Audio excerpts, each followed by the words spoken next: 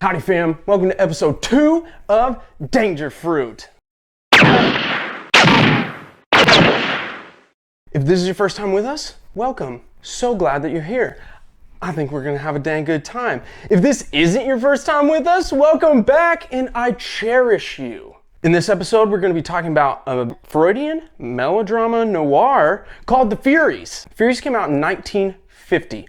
This movie was shot in Tucson, Arizona, and it was directed by Anthony Mann. If you're wondering if we'll ever do videos of movies that were made in color with actors that are still living, yes we will. But for now, we're gonna jump into another notable black and white. So let's dive into this. Vance, Barbara Stanwyck, is the fiery daughter of T.C. Jeffords, Walter Houston, the widowed owner of the Furies Ranch, and one of the wealthiest men in the Southwest, if not the entire country. I only found a couple of fun facts that I feel like were worth sharing with you guys. So what I'm gonna do in this video is also sprinkle in some of my first impression notes of while I was watching this movie.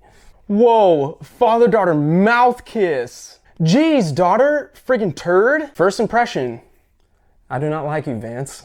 But turns out he's broke and paying everybody in IOUs. Vance is fixing to take over for her father, but she's got an uphill climb to get this puppy out of the red. This is where this movie really starts rolling. Pretty well right out of the gate, we find that TC and Vance have this oddly intimate, almost hysterical love-hate father-daughter relationship with mouth kisses and back rubs. The Furies was nominated for Best Cinematography Oscar. While watching, you may notice silky tones and attractive backdrops throughout the film. We also get to see that their love interests, who luckily Vance is not related to, Juan, this poor guy who is basically, after being mouth kissed, is just told by Vance the entire time that she just loves him like a brother. And then Rip, he's a gambler, but they go on a carriage ride, and after macking down, she starts talking about marriage, like literally after 5 real life minutes. Vance and TC talking about marriage felt almost like there was a weird sexual tension. I could have misread that, but geez, if that's not a weird lens to watch this movie through. She's in love with Juan the squatter. Still felt like she had more of a thing for her dad, honestly. I may have ruined this movie for myself. Wow, 25 minutes in and we've met 3 love interests of Vance.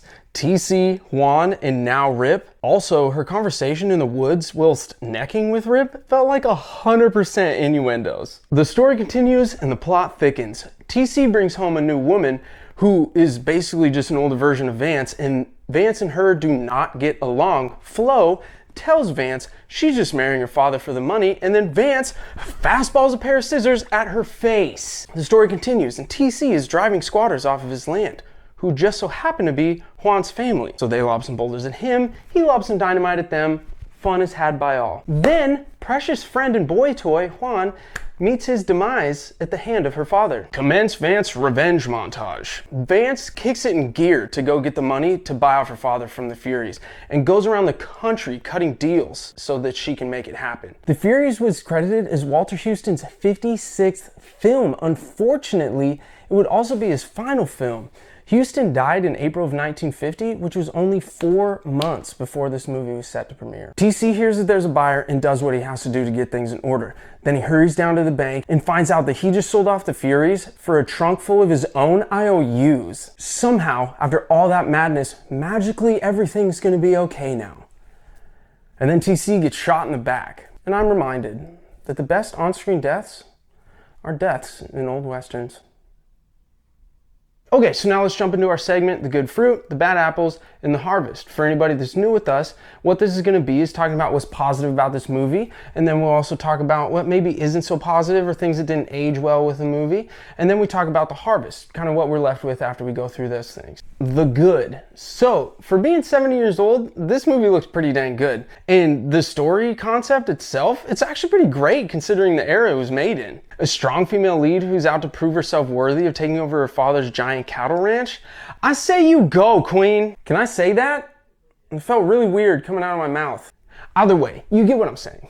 Okay, so let's talk about the bad apples. Originally, in this segment, I was going to talk about the film's execution of having a strong-willed female drive a story. Then I took a pause and I let it marinate. Right out of the gate, Vance seems spoiled and hyper-emotional. She just kind of seems like an immature, bratty person. But then if you consider her dad's personality in this movie, I mean, holy smokes, the apple didn't fall far from the tree. He's also this rash, overbearing personality who's really flippant in his actions, and frankly, I thought was just like way overly confident. For me, this just made it feel like there's a fire hose of drama and then half-done plot drivers. I think after consideration, I would say more that there was just a lot of missed opportunity in the stories that were going on within the whole of this movie. Yo, let's get some story about Vance's dead mother. Let's get some more story about these workers and like what is the difference between them and the squatters. I would imagine they came from the same or similar backgrounds. And also, what's the deal with her friggin' brother? He showed up for like 5 whole minutes. Okay, so finally the takeaway. I think if you took this story and expanded it out into something like a limited series, you could really take some time to chase those plot lines that kind of fell to the wayside.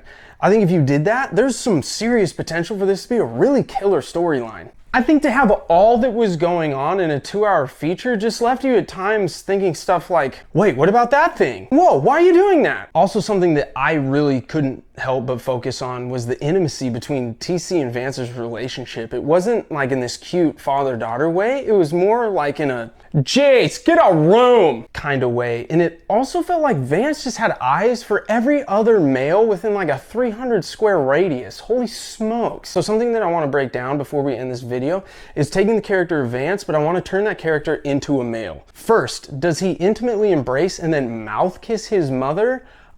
No. And even on top of that, is he running around with 2 different women, especially when one of them is a direct antagonist to his parents? Again, no. That isn't how male characters are structured in this era, especially in Westerns, and especially not the protagonist. What I think is weird is that Vance's struggles and difficulties in this movie have almost nothing to do with the fact that she's explicitly female. It has to do more with the fact that she's just like making flippant, idiotic decisions that make everything more difficult for her. So then we get to this really witty ending where TC's stuck to eat his own IOUs, and it really just doesn't have that punch or like even just the satisfaction that it should. Even as we're in the ending of this movie, Vance and Rip are good to go to get married, which, by the way, TC despised this guy when he first showed up in this movie for the sins of his past, but somehow everything's just gonna be okay and TC's fully on board now. And what's weird is the way that they talk about the future of the Furies is not Vance carrying it on into the future, riding it off into the sunset to even better success than it had before. They're talking about Vance having a son so then he can be the champion that drives it forward into the future.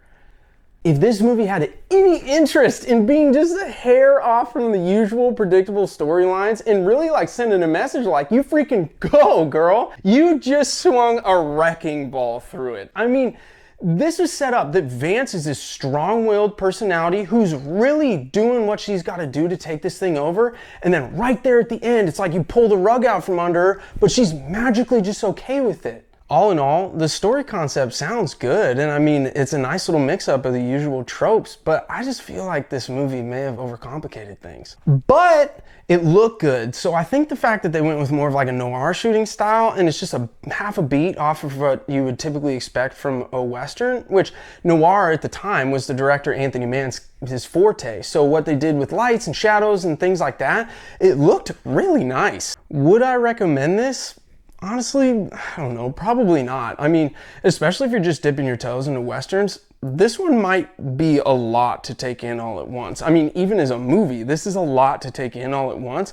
And so if you have an expectation of Westerns and like, this is gonna be pretty clear cut, black hat, white hat situation, and I'm gonna know what's going on and who's good and who's bad and who to support, blah, blah, blah. I mean, this one just kind of brushes that aside. So if you're in for it, go for it. All right, fam, that is it for the second round of Danger Fruit. Super glad you came back, and if it's your first time, so glad you're here. I mean, it's custom in these parts to hit a thumbs up, give it a like, and if you liked it, seriously, please subscribe. I think it'll be really fun if you come along for the ride, and we're gonna keep doing videos, not just of old Westerns. We're gonna start taking in some contemporary movies, some movies that you might not even expect to be Westerns, and then I'll tell you how they're totally Westerns. So, if you wanna get in on that, hit like, hit subscribe. If you want to follow us on social media, we're on Instagram, TikTok, and Facebook, and that's going to be in the description below. Thanks for watching. We'll see you on the trail.